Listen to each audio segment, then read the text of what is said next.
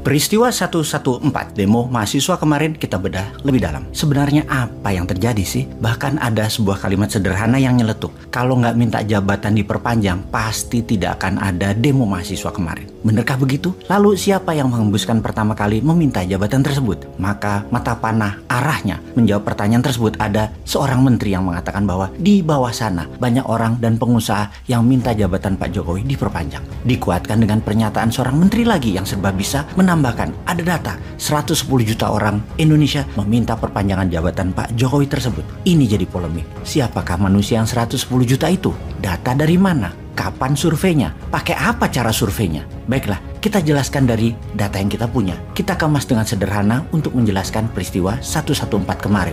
Ini semua dimulai ketika ada survei yang menghitung suara partai politik yang ternyata cukup mengejutkan hasilnya.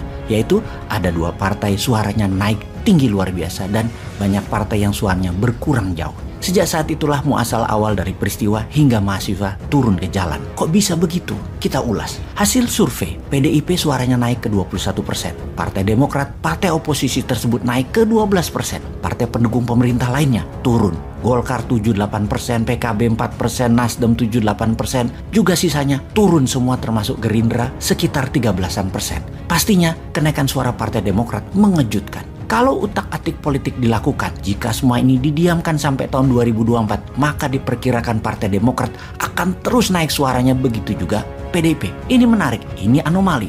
Namun ini menunjukkan pemerintah dengan partai pendukung utamanya PDIP agaknya telah terjadi pemisahan bagi konstituen. Alias PDIP saat ini berkesan hanya partai pendukung pemerintah, bukan partai utama pemerintah. Padahal PDIP adalah partainya Pak Jokowi. Namun banyaknya anasir, orang-orang non-partai di sekeliling presiden mendominasi kebijakan untuk kepentingan mereka. Non-partai membuat PDIP kemudian mengambil langkah menjaga jarak. Dan PDIP berhasil mencitrakan hal tersebut.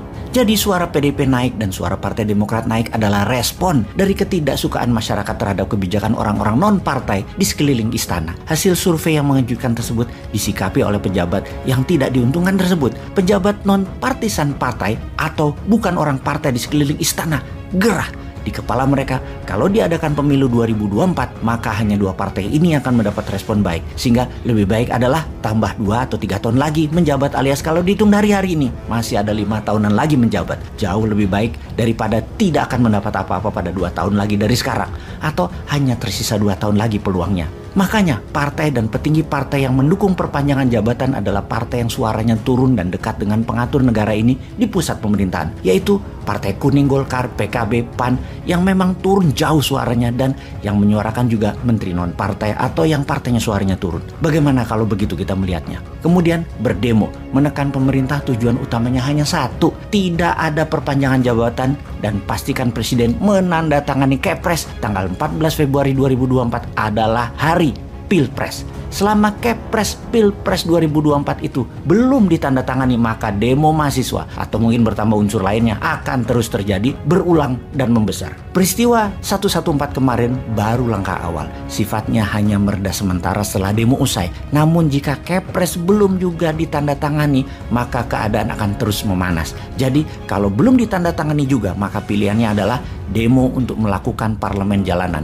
Presiden akan diturunkan dan digoyang oleh parlemen jalanan. Tentunya hal ini tidak dimaui oleh banyak pihak, terutama incumbent. Tidak terhormat diturunkan di tengah jalan tersebut. Dan ini juga membuat citra Indonesia di mata dunia sebagai negara demokrasi jadi tercoreng karena pencopotan jabatan di tengah jalan tersebut terjadi. Walau kecil peluang hal itu akan terjadinya pencopotan jabatan oleh parlemen jalanan, namun tekanan itu hanya bisa mereda kalau pilihannya adalah menekan Kepres Pilpres Februari 24 atau ada collateral damage dicopot. Siapa collateral damage tersebut? Yaitu mereka yang memprakarsai perpanjangan jabatan dicopot dari jabatannya sekarang. Pencopotan jabatan ini akan memberikan kedamaian sampai 2024. Atau kalau tidak ingin pencopotan ini dilakukan, maka tanda tangani segera Kepres Pilpres 2024. Itu juga membawa perdamaian sampai 2024. Oh ya, ada yang menarik, kalau pencopotan jabatan tersebut jika dilakukan ternyata akan menguntungkan suara PDIP yang telah berhasil melepas citra sebagai bagian dari anasir di sekeliling istana yang oportunis, yang nggak punya konstituen tapi pegang jabatan.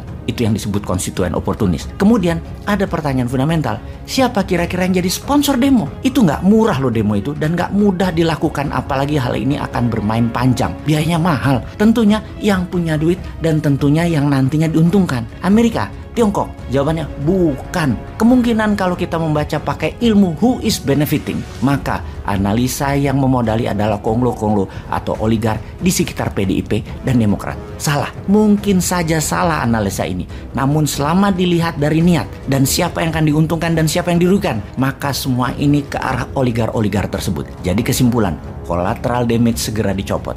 Tanda tangani Pilpres 14 Februari 2024. Indonesia tenang sampai 2024. PDIP dapat daya ungkit, Partai Demokrat dapat sedikit daya ungkit, tapi diuntungkan. Tidak dilakukan segera, pemerintah akan digoyang terus karena membiarkan orang-orang yang tidak punya kredibilitas politik memainkan politik. Dan tetap apapun itu, PDIP suaranya naik, Partai Demokrat suaranya naik. Kok Bosman tahu? Ya di belakangnya juga kolombonya sama.